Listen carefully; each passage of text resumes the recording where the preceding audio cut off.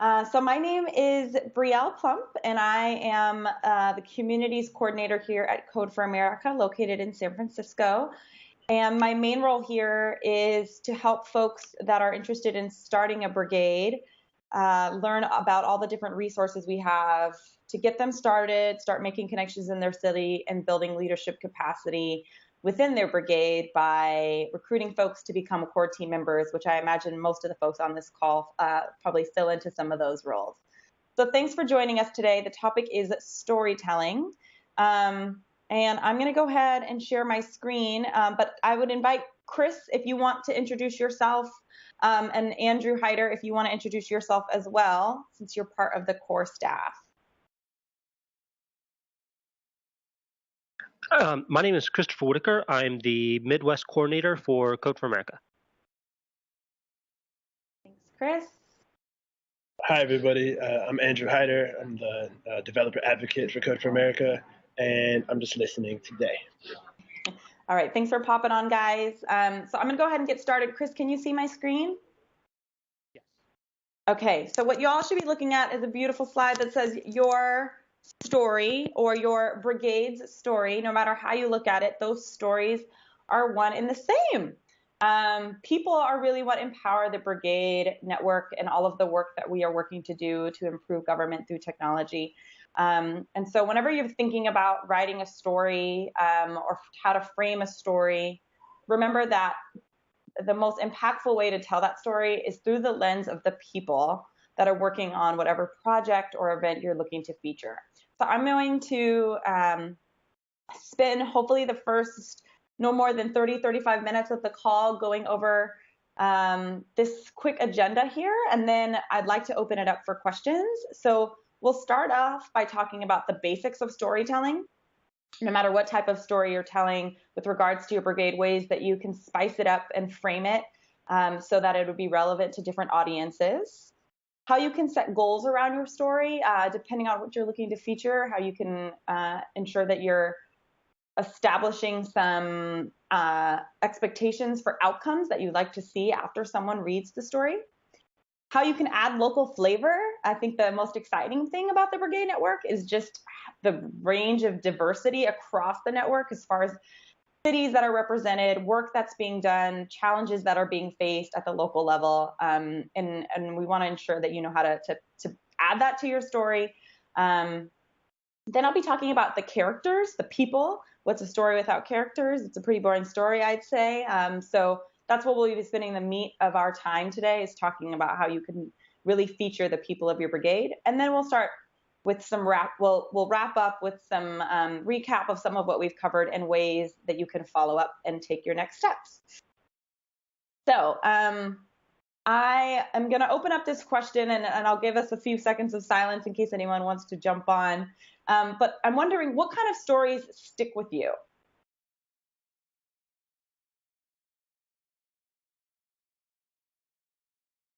And feel free to hop on the line if you're able to. Just thinking about what kind of things have captivated you. What kind of stories, what kind of blogs, what kind of news articles are the ones that you feel like, oh man, I really got to share this? Things that are clear, that don't waste my time or confuse me. That's key. Things that have some level of transparency and are easy to follow. Absolutely.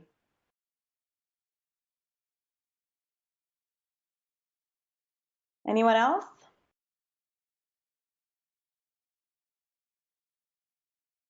All right. Well, I would venture to say that a lot of folks can think of different stories that stick with you, and the core question is, why do they stick with you? And I'm also curious as to, based on your answer as to why that story stick with you, think about what words describe your brigade, and how you can frame stories around some of those features that you think are most unique to your brigade. So it's likely that stories stick with you because they leave you with some feeling or something to do. And I think that was Milo that joined just for a moment there to share. You're absolutely right that the stories that stick with us are ones that are pretty clear and easy to follow. And that feeling or that thing that you need to do is pretty obvious at the end of the story. And so if you're thinking about telling stories about your brigade, again, think about what words you would use to describe your brigade and what feeling you want to leave people with after your story is done and what you want them to do, how you can be clear about that and intentional about that. So the basics of storytelling are you want to have this general framework because in our brigades, we're working on really compelling challenges within our city. It's often useful to start with clarifying what is the issue, what is the problem that your brigade is looking to address in this particular event or project that you're featuring, and what you did about it. What was the first step that you took towards addressing this problem or started thinking through potential solutions? And then you always, always, always want to incorporate why it matters. Sometimes it seems really obvious to us why something matters, but not everyone is living in the same city or context. And so sometimes you want to spell that out and never assume that your audience gets it, because it's just not a safe assumption, particularly if you have a wide audience that is coming from a different perspective or location. Another part of the framework is thinking about that audience and who your story is geared towards. Is it geared towards anybody? Is it geared towards potential members of your brigade? Is it geared towards potential partners for your brigade, larger organizations or city officials? Are you looking to just share it with anyone who'll listen? And based on your audience, think about that format of your story. Is it going to come through as something in first person? Do you want to turn it into some sort of how-to or checklist or something that people can learn from and act upon? And then, of course, what channel do you want to send this story through? Maybe it's something that you tweet about and link to a larger blog. Maybe it's coming out in video format. That's becoming an ever popular medium for telling stories, particularly with the popularity of YouTube and other multimedia channels that we have. Definitely think of creative ways that you can tell your stories using any channel as well as all channels. And then finally, think about ways that your story should or shouldn't invoke heart, head, and hands.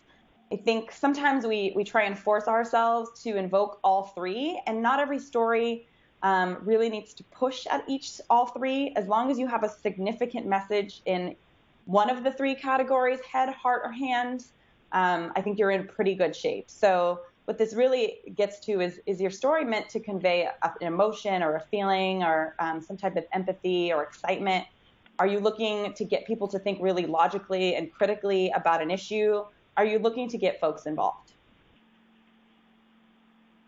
And so when it comes to thinking about this framework and setting goals for your brigade story, know that your goal will always depend on what the story is. Again, I would encourage you not to force yourself into a particular formula when it comes to writing stories. It becomes that much harder and less authentic if you're always trying to push specifically heart, head, and hands. Think more about the context that your story lies within and know that your goal will be dependent upon that. So some examples of stories from our network that I think exemplify really different intentions. I've linked to each one of these in the forum that most likely you went to get to the link for this Blue Jeans call. So it's forum.codeforamerica.org. And if you go into the storytelling issue, which is marked as April 22nd, storytelling, you'll see some links to these. So the first is a story about Oakland and how they trained their members to facilitate their city camp, which is a big hackathon unconference they held this past February, using open space technology. Open space technology is essentially a facilitation technique that is based upon facilitators acting as what they call containers for discussion. So it talks about how a facilitator can influence folks to be really participatory in a discussion or a conversation by setting some ground rules and letting people know that it's an open space for them to share, but also a space that they can really steer and get in the driver's seat. Sometimes facilitation is a little bit more micromanaged, but open space technology is really very open-ended. The Civic Issue Finder was another story that came out of the Code for America blog. And it's all about the tool that Andrew Hyder built, Andrew who introduced himself earlier in the call. And it's a tool that he built in response to all types of folks saying, what are brigades working on and how can I help? And then the Code for America annual report is our annual story that we tell every year about the entire network here at Code for America, our brigade program, our fellowship program, our companies team, and all of the different things we have going on here in San Francisco, wrapped up into one beautifully designed webpage. And each one of these stories really was targeted at something different. With Open Oakland and the open space technology story, the goal was try this. Learn about this facilitation technique and see if it fits within your next upcoming event as a brigade. The Civic Tech Issue Finder's goal was join in. Log on to the Civic Tech Issue Finder and start hacking on something. If you've got a project going on, tag it and get involved. With the Code for America annual report, the goal is more around tell a friend. Tell somebody who doesn't know about Code for America about the cool work we're doing so that we can broaden our reach and get more hands involved. So these are just some examples that came specifically out of Code for America here in San Francisco. There's countless other examples across the network. And the next time you read a story, really think about what the goal was and whether or not you think they accomplished it. Then that might help you think about ways that you can frame your stories and be creative. Speaking of, I want to go over just a few tips on how you can be flavorful in your storytelling. The first is probably a pretty obvious one, which is telling a story through a picture. Here's a picture of people looking quite bored and probably a little frustrated as they stand outside of the DMV. This picture really captivates that struggle that we often feel when we go to the DMV and there's an incredibly long line to wait in. And the picture conveys it in a way that I think is much more illustrative than any words could ever do, because we've got a gentleman, for those of you who can't see it, there's a gentleman sitting on the floor with his head in his hands, two young women that are kind of drifting off into space, and then other folks behind them one looks like he might even be falling asleep. And the picture's also in black and white, which adds some sort of drama to this event. So think about ways that not only you can tell your story and support your story through pictures, but also how you can feature that picture in a way that invokes some emotion. Black and white is a great way to make something look a little classier. It's also a cool way to make something look a little darker. Another way to add flavor is with quotes. This is a quote from someone at the Washington Post that's talking about the importance of government supporting folks that are underprivileged and from underrepresented backgrounds. The fact that this is a quote that came from a major news medium really helps captivate how important this is of a story for the Washington Post to write about it. It's not just something that someone randomly mentioned at a hack night, although anyone at a hack night obviously has a very important voice that should be heard. Quoting something from an expert is always a great way to add a little depth to your story and validate some of what you're claiming. Another way to add flavor to your story is through infographics. So this slide shows just how much we spend on technology, or we were projected to spend on technology at the federal and state and local levels by billions. And it's a great way to add some facts and invoke some of that head component of a story. So think about ways that you can use infographics and data to really drive home the importance of a story. We also have a timeline here. I think another thing that's really impactful when I read a story is when someone paints a picture for me of how long it took for something to take place. I think sometimes we tell a story of an app that's built at a brigade, and we make it sound like it was this really cool, neat process that took, that all happened in one day at a hackathon. But usually there were quite a few conversations that took place before that got built, and quite a few conversations that will have to take place after in order for it to really get off the ground and start meeting its full potential. So incorporating a timeline and some context for how this story has unfolded and will continue to unfold is another great way to add flavor. Simplicity, just like Milo answered, you really want your story to have to be as clear as possible and without any fluff. So this slide, let's make it work, is something we often say here at Code for America. We try to reduce the jargon and kind of stop talking so much about what we want to do and just get out there and do it. And this is a really simple way of conveying that as part of our story as an organization. What about it? Oh, I think someone's off mute. If you wouldn't mind muting yourself, that'd be great. Okay, and these next few slides I like because they convey two things. One is a direct ask. So join our mailing list for the latest opportunities and news. Have an hour, find a project to help with, and on the Civic Tech Issue Finder. These are very specific things that we're asking someone to do in part of our Code for America story. But I also like that they are sort of repetitive. You notice everything here on this particular projection is a red slide with white font, a directive, and then a website. So being repetitious in what you ask and how you ask for it is also a great way to tell a story. If you become someone that's sort of a feature storyteller for your brigade, maybe you're going to have a one-liner that you end every story with. Maybe it's something like make it work. Maybe it's something like want to fix things that matter?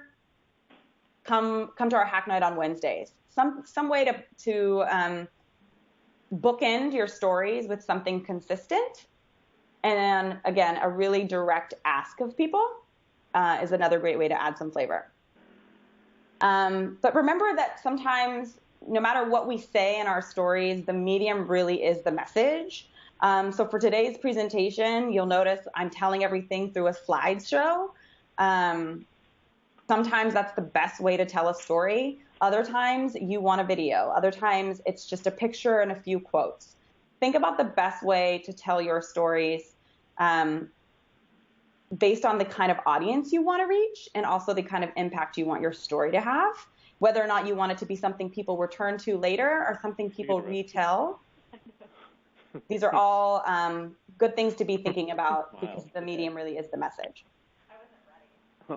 And now I want to kind of move more into the meat of what I was hoping we could talk about today, which is that the story of your brigade really is the people of your brigade, and therefore you should always be looking to tell the story that only your brigade can tell.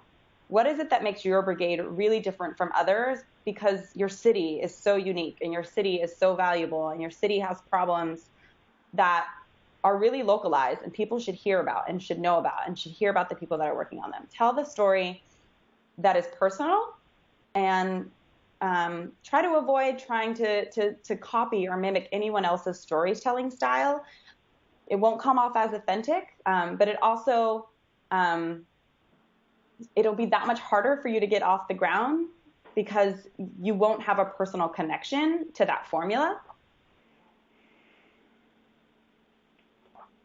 Which brings me to, what is a story without characters?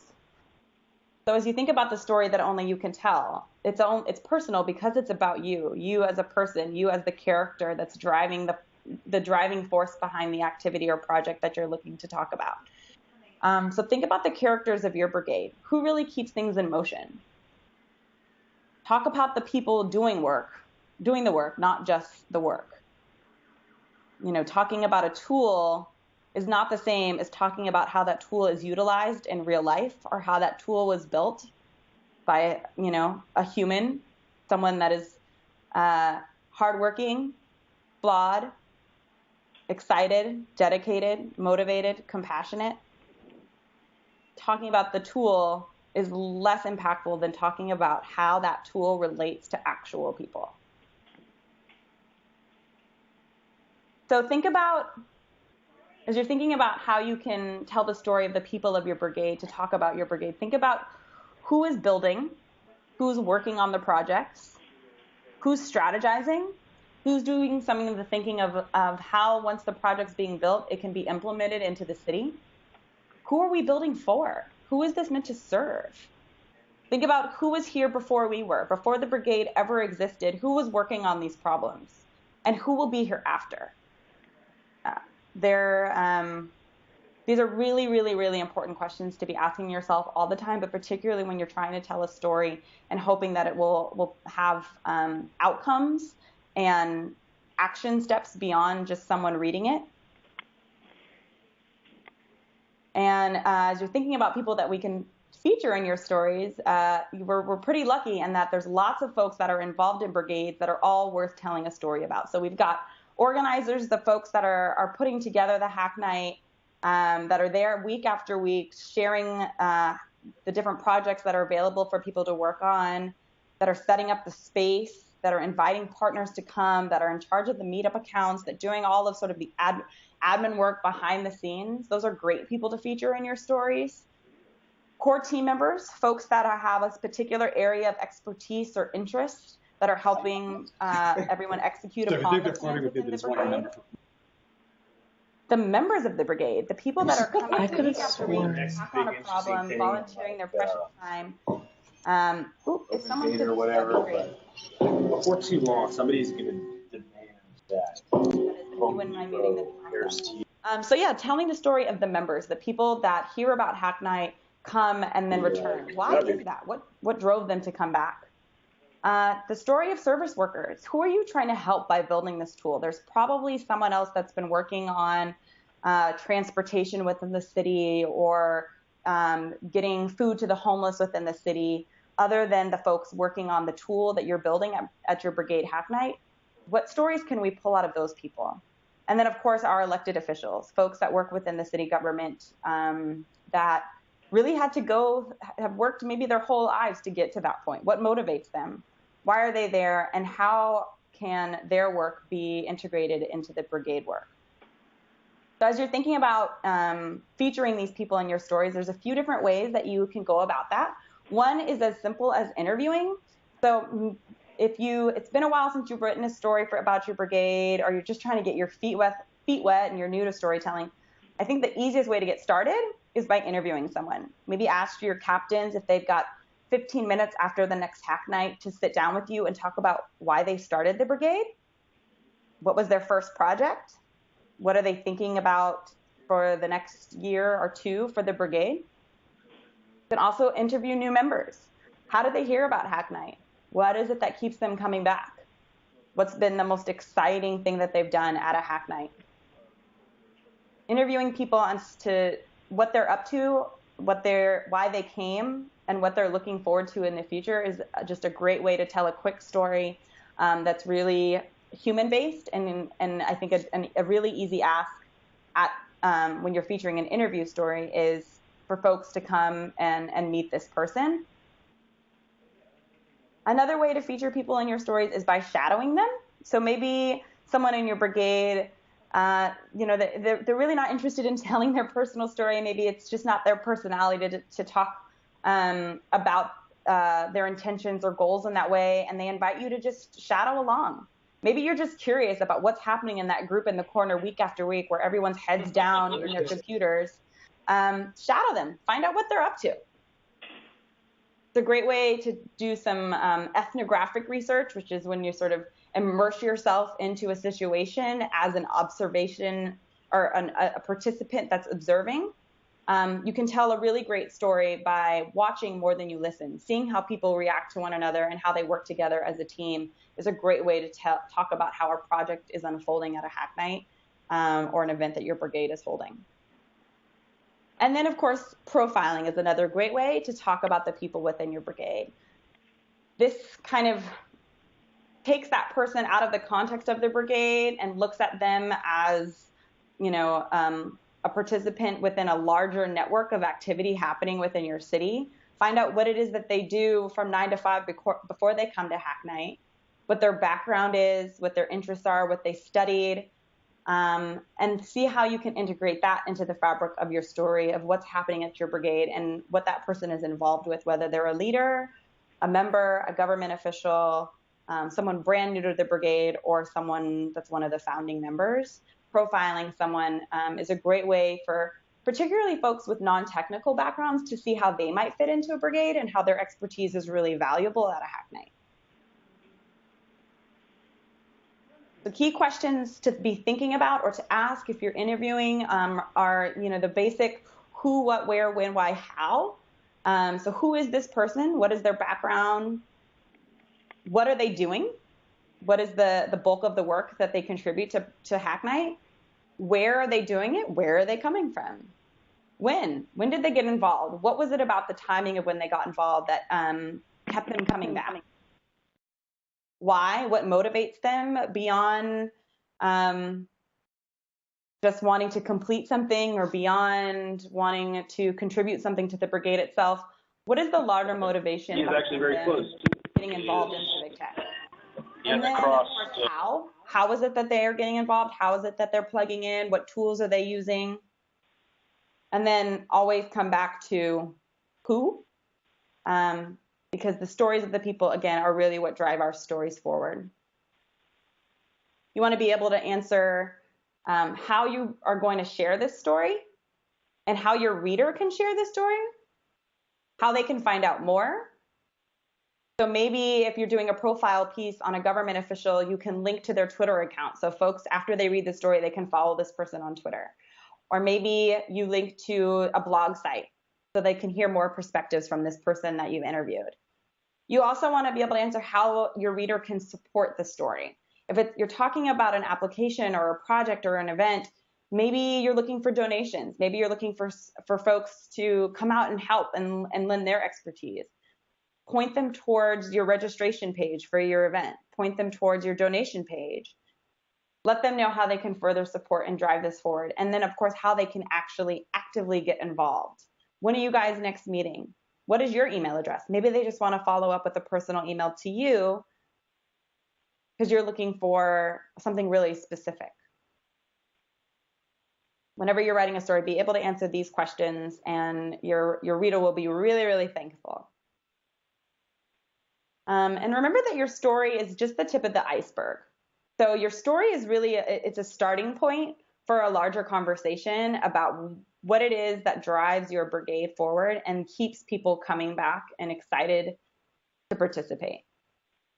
There's so much beneath the story, and you don't have to capture it all in that story. Your story doesn't need to be 7 paragraphs or 3 pages. It just needs to be clear and to the point and have those direct asks so people know how they can follow up. Speaking of following up, before you even start writing a story, think about where you're going to share it. Again, think about that medium, those channels that you want to plug it through. Think about the next steps for the person or the project that you're featuring in the story. So maybe it's a series piece. Maybe you're talking about the first phase of a project, the alpha version of a tool that was built at a hack night. Set some expectations and goals for yourself for how you'll follow up once that's in beta version, and let your reader know what that is.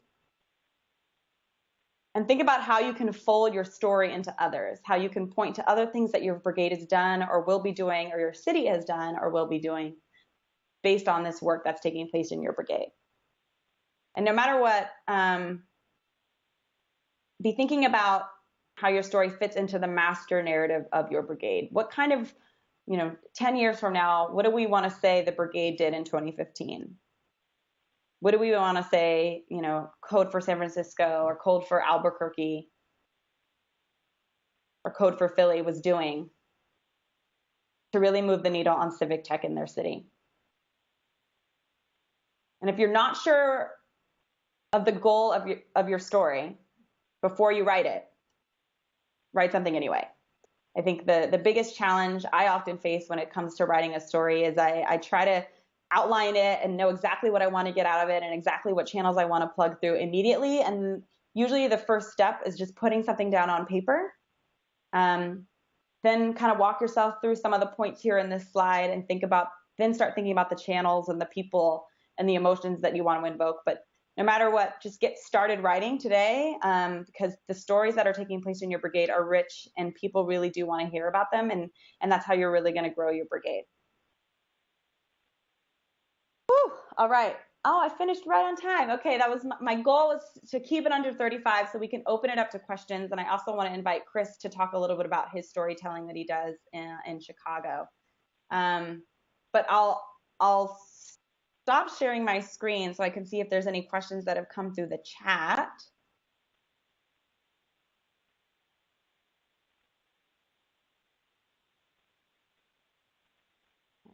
Where is this? We are. All right, doesn't look like there's any questions in the chat here. I'll go ahead and check the doc as well. But Chris, did you want to chime in with anything? Sure. So one of the things that I do professionally is I write for the Smart Chicago blog, specifically about civic innovation stories that occur in the city of Chicago. Last year, I put together a sort of a brief sort of how to blog that I'll put in the chat. That basically goes over the outline that we use to when we're doing our blogging about Hack Night. Creative Commons, if you take pictures and or you can either take pictures, upload them to Flickr, or you can use Flickr to find Creative Commons photos that also match your blog post. So if you're talking about snowplows or you're talking about potholes, you can search on Flickr for Creative Commons photos of potholes that you can use for your post. Again, we also like to provide links to things. So anytime we mention a project, we'll link to the app. When we say it's open source, we'll link to the GitHub account. We'll link to people's Twitter profiles or their whatever their preferred home on the internet is, because once people read our stuff, we don't want them just to stop there. We want them to jump into either the app that we're talking about, the project we're talking about, or to learn more about the organization that we're working with. Totally. What do you think have been some of the most successful ways of getting people plugged back into a story? Do you typically send out like feedback surveys or just link to different accounts and sort of see how traffic increases after you've shared a story? We'll tweet out stories pretty regularly, but when we write a blog post, we try to always end it with a call to action. So if we want people to come to OpenGov Hack Night, we'll say you can learn more about OpenGov Hack Night here, and we'll link to the OpenGov Hack Night site. If we want people to fill out a survey, we'll link to that. If we want people to actually get involved in a project, we'll say we're looking for people to get involved this way, and then we'll link to that. For us, if we get someone who comes to OpenGov Hack Night after reading our stuff, we call that a success. Definitely.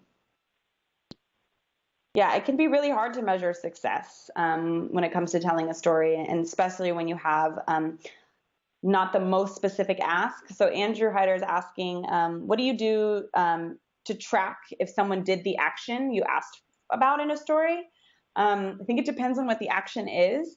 If it's fill out this survey, then pretty easy to count. But if it's come to Hack Night, then you really need to be asking people what drove you to Hack Night, and hopefully they can tell you, oh, it was that awesome blog that I saw by Chris Whitaker.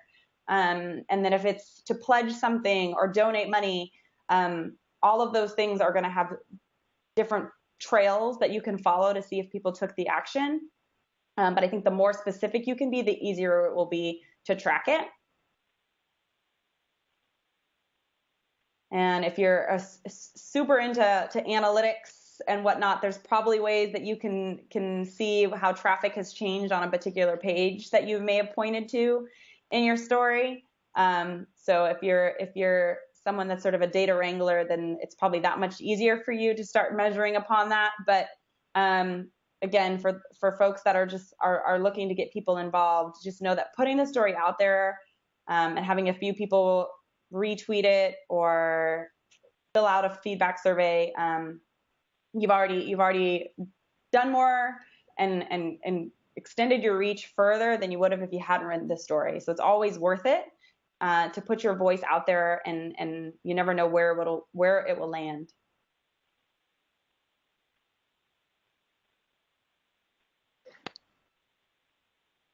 Oh, it looks like Chris is recommending that we use WordPress, which has a nice dashboard for statistics. So there's lots of cool tools out there that can help us see what sort of traffic is coming to our site, if it's on a blog page or some other type of website. Are there any other questions from folks? Not the most interactive topic. I think the biggest step for y'all to do right now is probably to go out there and start writing your stories and talking to people at your hack nights and seeing how you can leverage some of their experiences to get more people in the door and more people participating on projects. We are going to have a storytelling workshop on May 14th that is more specific to telling the story of your National Day event. I encourage you between now and then to interview someone at your brigade. You might be surprised as to what it is that keeps them coming back and how that might turn itself and spin itself into a really great story about the kinds of folks that want to get involved with your brigade.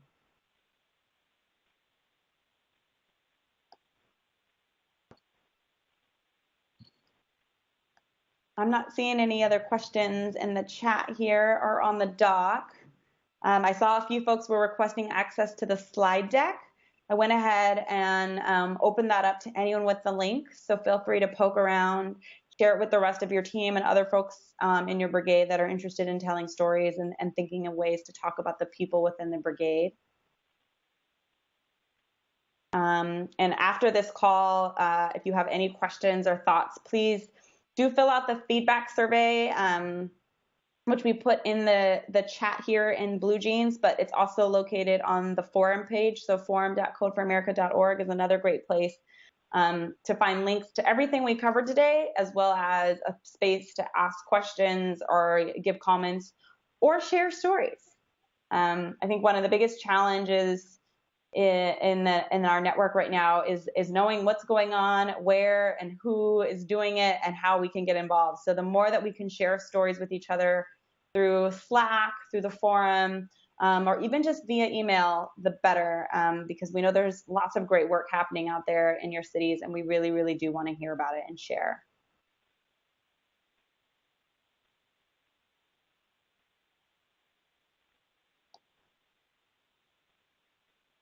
All right. I'm going to go ahead and sense that everybody's probably okay with getting 20 minutes back in their day. Thank you all for joining the call today, particularly those of you on the East Coast. I know it's getting pretty late over there. I hope that you're able to stay dry in Philly and enjoying that sun in Albuquerque. Again, I'm Brielle, and I'm happy to answer any questions that you have. I'll stay on the call a little bit longer, but I'll go ahead and just wrap us up here. Please do follow up in the forum, the survey, and Slack with your great and awesome stories, and we'll see you on May 14th, if not sooner. Thanks, everybody. I'll stop recording, but I'll hang out on the call if you have questions.